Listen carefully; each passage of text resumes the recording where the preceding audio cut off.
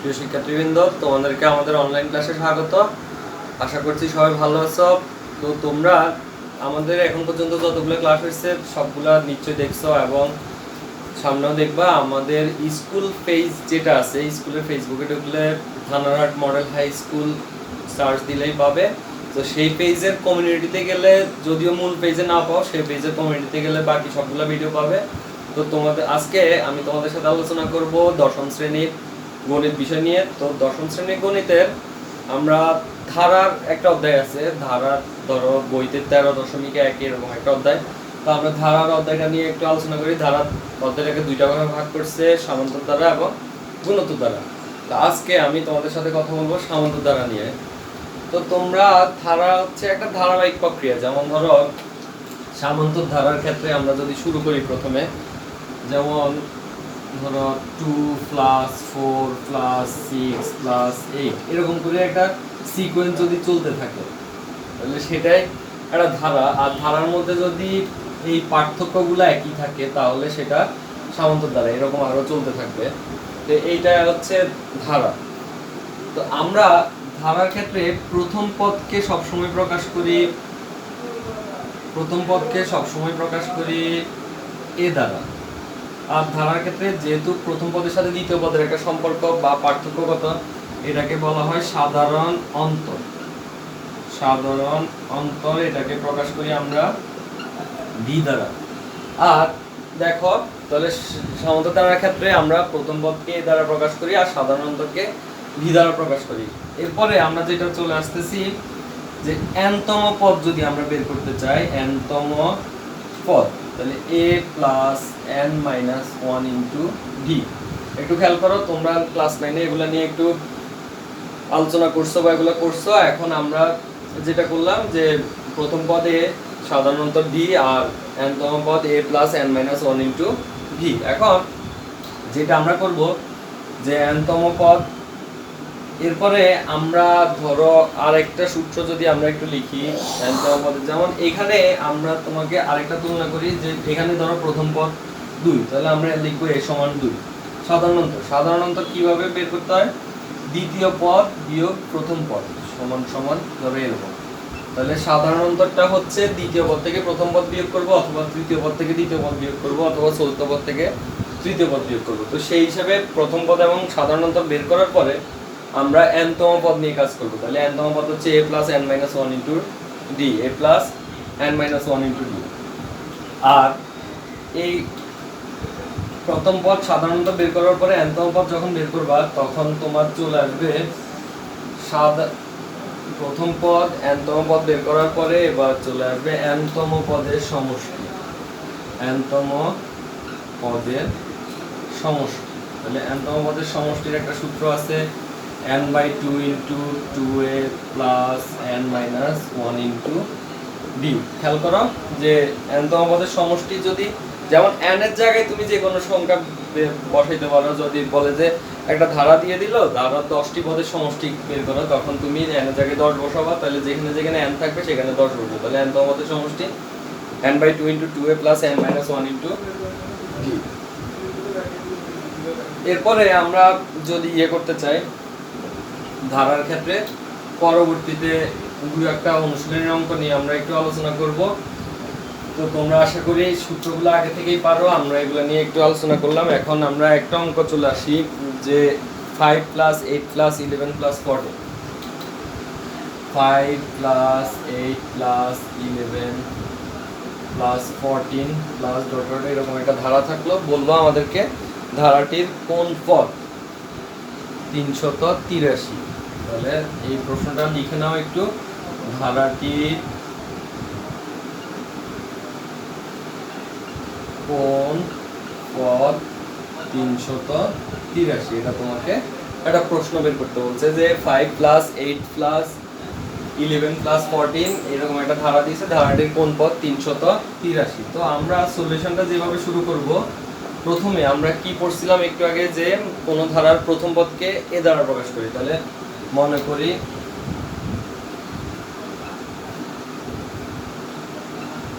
ধারার প্রথম পদ এ সমান, এখন দেখো এর পরিবর্তে এখানে প্রথম পদ কি আছে 5, তাহলে ধারার প্রথম পদ a সমান হচ্ছে 5। এরপরে চলে আসো সাধারণ অন্তর, অন্তর মানে বিয়োগফল, তাহলে সাধারণ অন্তর d।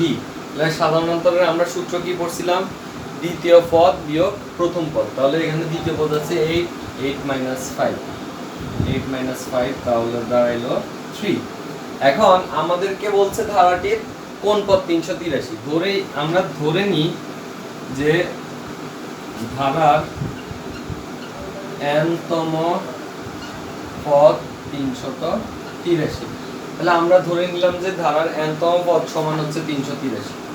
কততম পদ সমান 383, n তম পদ সমান 383। একটু দেখে নাও তোমরা, আবার কি করলাম আমরা, যে 5 + 8 + 11 + 14 আমাদেরকে একটা ধারা বলে দিছে, বলছে ধারার কোন পদ 383। আমরা ধরে নিলাম যে এখানে ধারাটির প্রথম পদ a সমান 5, সাধারণ অন্তর d সমান 8 - 5, আর ধারার n তম পদ 383। তাহলে দেখো আমরা প্রথম পদে a সমান বসাইছি, সাধারণ অন্তর d সমানও পাইছি, আর n তম পদ 383 বসাইছি। তো এরপরে চলে আসো যে আমরা কি জানি, আমরা জানি যে n তম পদের কি সূত্রটা আমরা শিখছি একটু আগে।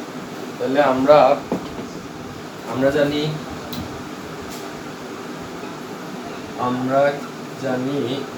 n তম পদ সমান সমান a plus n minus 1 into d। তো এখানে আমরা এইখানেও মান বসাইতে পারো, অথবা প্রশ্ন মতে আমরা লিখলাম যে আমরা একটু আগে ধরছি কি যে n তম পদের মান 383, তাহলে এখন n তম পদটা কত পাইছি, a plus n minus 1 into d, এটার মান ধরে নিলাম 383। বুঝা গেছে ব্যাপারটা?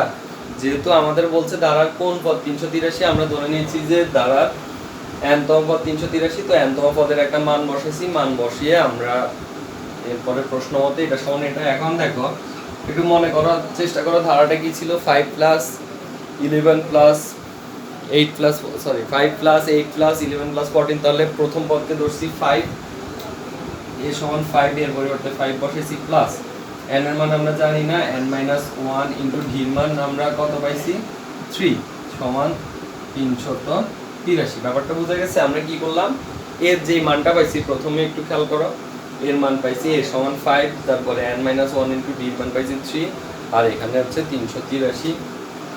বা আমরা সলিউশনটা কিভাবে করতে পারি, n - 1 ইন্টু 3 সমান 383, আর 5 থেকে 5টা এই পাশে হচ্ছে প্লাস ছিল, এই পাশে আসলে কি হয়ে যাবে, মাইনাস। তো দেখো এখন আমরা এই তিনটা গুণ আকার আছে, তাহলে দুইটার সাথে গুণ করে দিলে 3 - 3 সমান 383 থেকে 5 বিয়োগ করলে কত হয়, 383 থেকে 5 বিয়োগ করো তাহলে হচ্ছে 378। কেমন? একটু ক্যালকুলেশনটা মনোযোগ দিয়ে দেখার চেষ্টা করো এবং বুঝার চেষ্টা করো। আমরা কি করলাম, আমরা প্রথমে n তম পদের একটা মান ধরছি, তারপরে n তম পদের মানটা বসাইছি।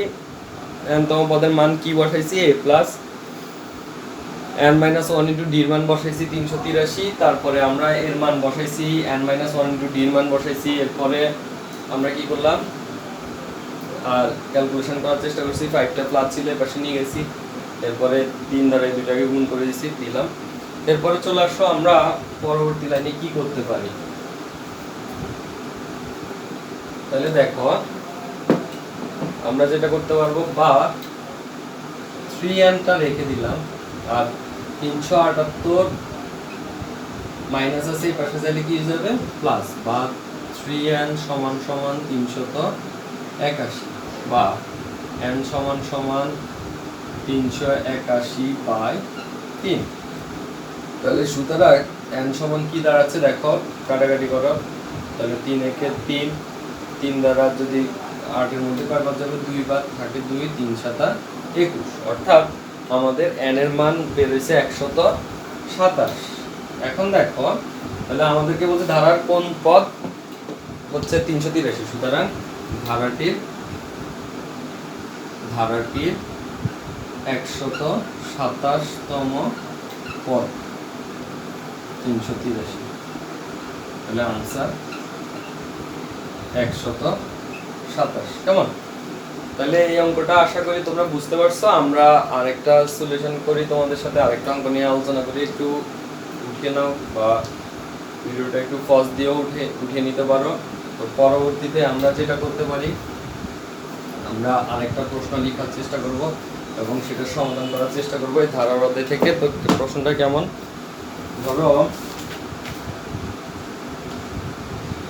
আমরা একটা প্রশ্ন লিখতে পারি যে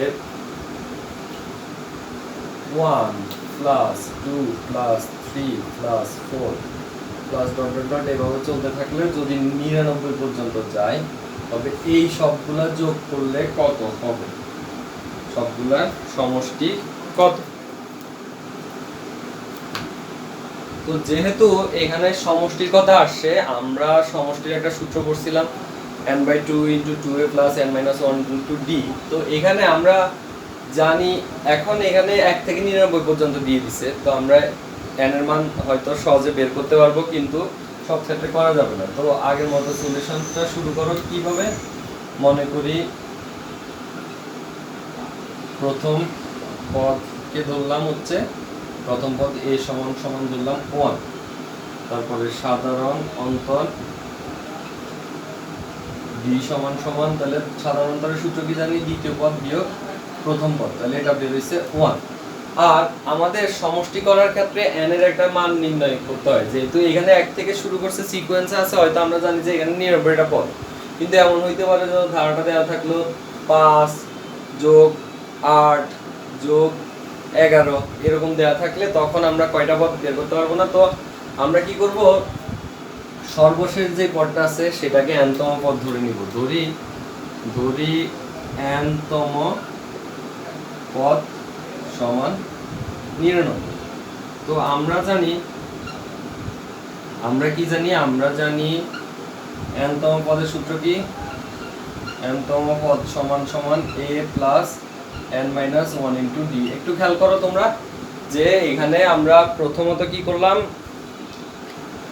আমরা একটা ধারা লিখলাম এবং আমাদেরকে বলছে ধারাটার সমষ্টি বের করার জন্য। তো আমরা প্রথম পদ ধরলাম a সমান 1, সাধারণ অন্তরকে ধরলাম d সমান 2 - 1 সমান 1। কিভাবে, 2 থেকে 1 গেলে 1।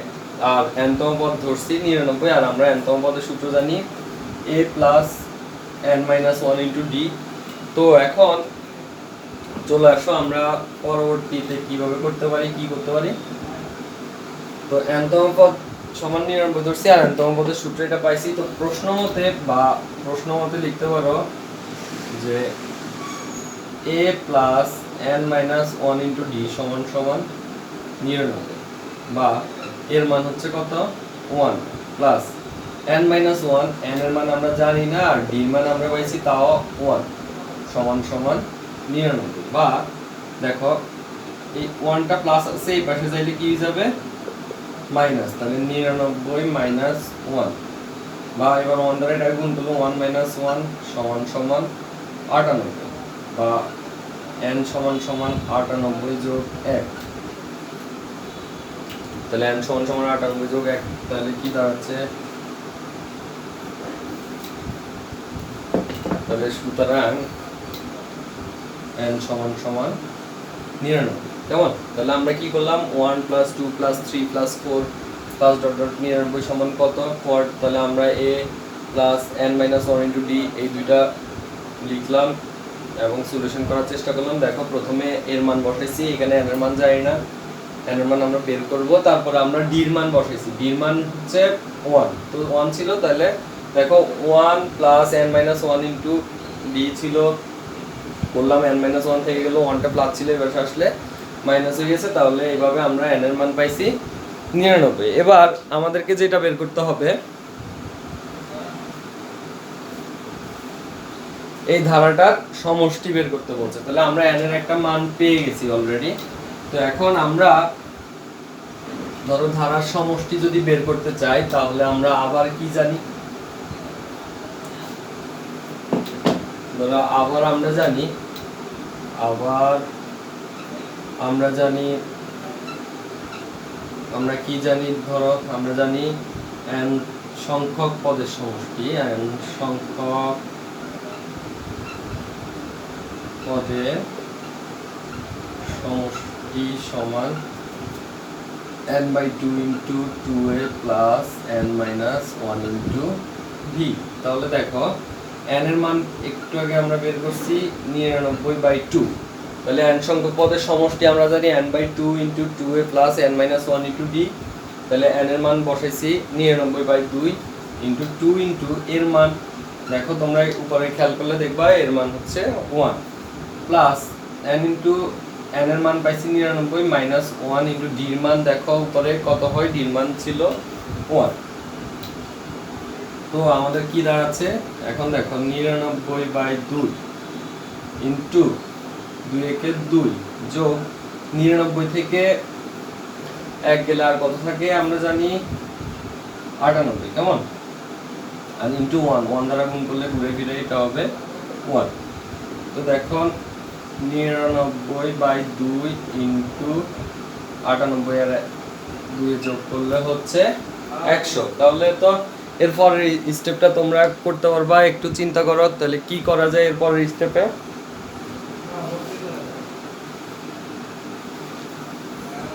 দেখো 2 দ্বারা যদি আমরা 100 কে কাটি তাহলে থাকে 50।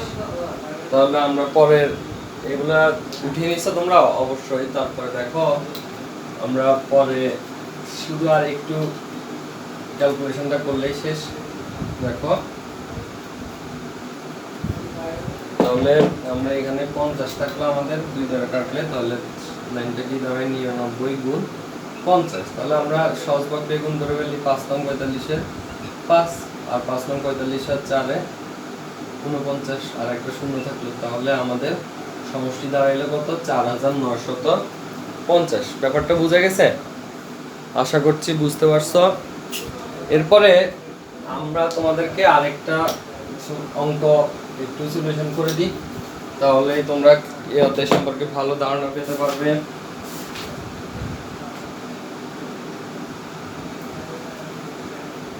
ধরো আমাদেরকে বললো যে 1 plus 3 plus 5 plus 7 plus dot dot dot ধারাটির সমষ্টি কত।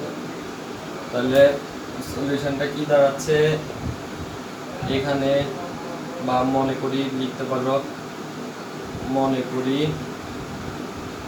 প্রথম পদ a সমান সমান 1 সাধারণ অন্তর b সমান সমান 3 - 1 সমান সমান 2। অর্থাৎ আমরা কি করলাম, প্রথম পদকে দ্বারা প্রকাশ করছি a সমান 1 আর সাধারণ অন্তর b সমান সমান 2। এখন আমাদেরকে বলছে ধারাটির কততম পদের সমষ্টি বের করতে বলছে। আমরা প্রশ্নটা একটু কমপ্লিট করি। ধারাটির n তম পদের সমষ্টি, ধারাটির n তম পদের সমষ্টি কত। আমাদেরকে বলছে n সংখ্যক পদ হইলে এই n সংখ্যক পদের সমষ্টিটা কত হবে সেটা আমাদেরকে বের করতে বলছে। তাহলে আমরা ধারাটির প্রথম পদ a সমান লিখলাম 1 আর সাধারণ অন্তর b সমান বের করতে পারছি, দ্বিতীয় পদ বিয়োগ প্রথম পদ। আমরা জানি